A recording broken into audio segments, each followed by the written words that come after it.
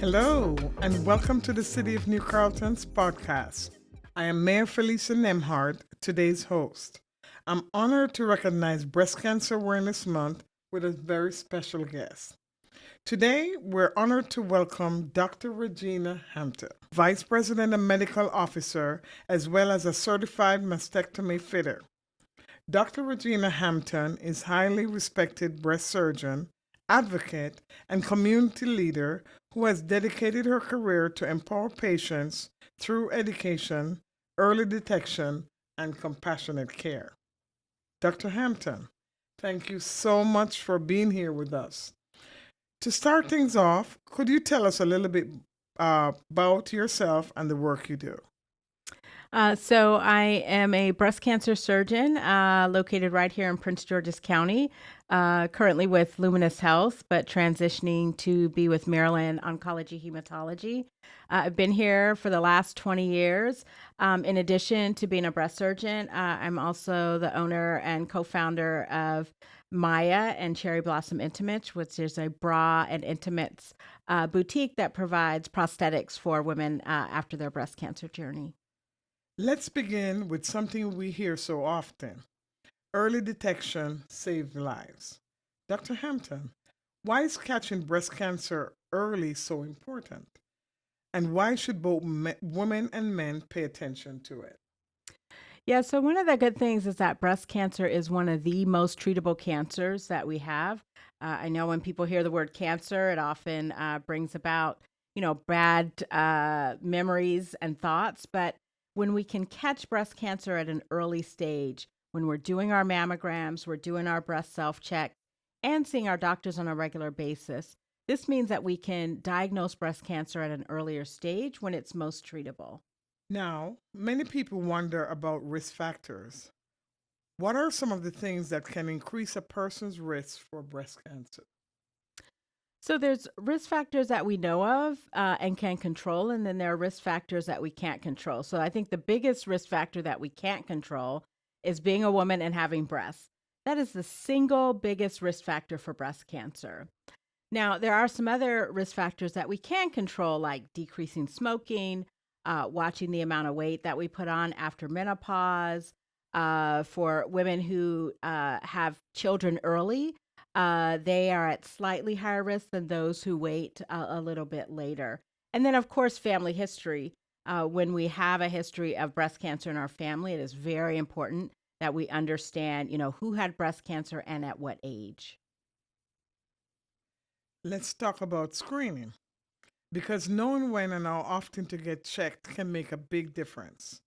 When should people start getting screened, and how often should they do it? Yeah, so screening I know has been very controversial, and I always have to just apologize to the public because I think we have made it more complicated than it needs to be and made it quite confusing. We finally come back to starting at age 40, we should get a mammogram, and we should be getting that every single year. Once we get older, maybe about after age 65, then you can have a conversation with your doctor. And maybe at that time, it might be appropriate to do it every other year. But until then, certainly every year.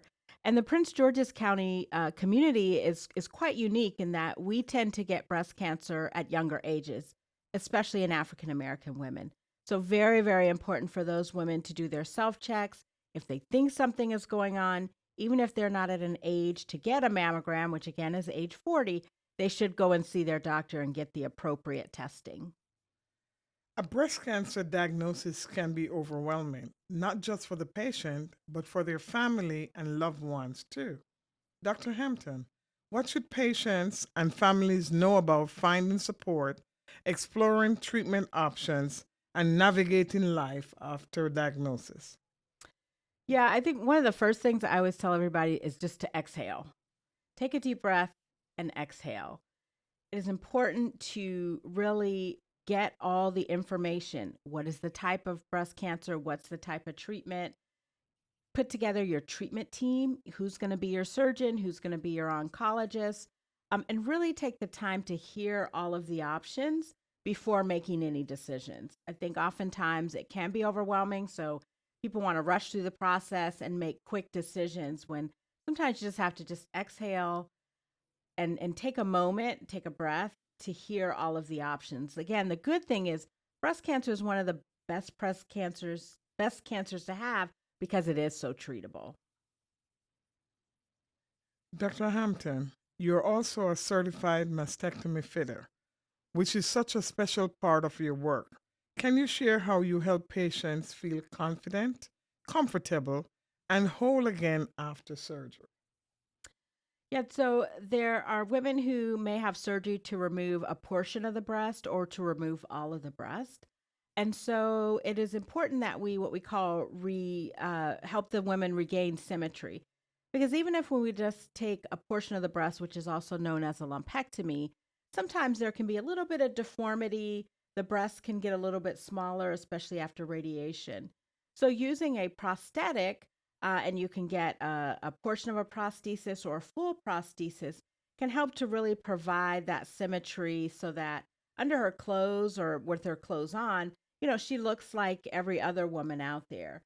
One thing that's also been really a passion for me is women of color. So, women of color haven't often been thought about in the prosthetic space.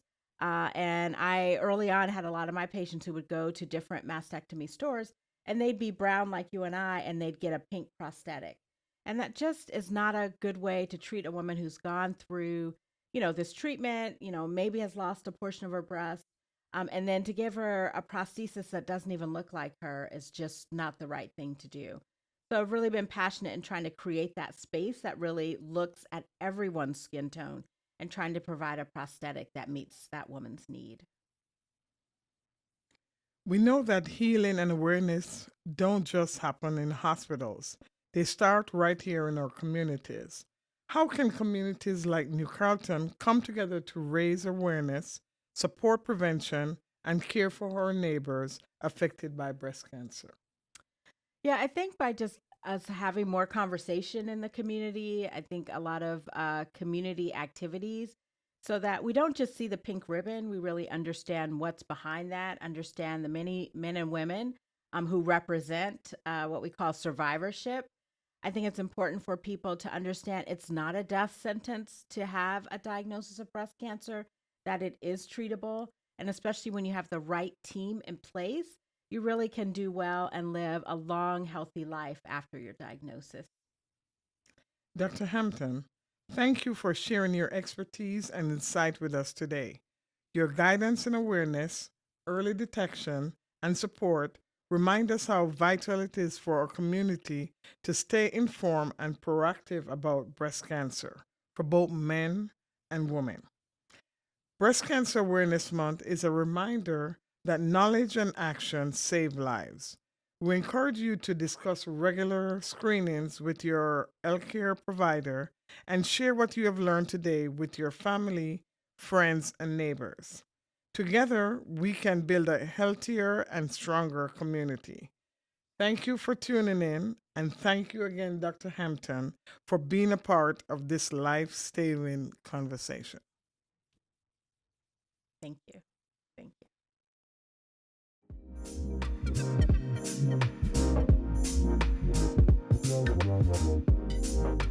you.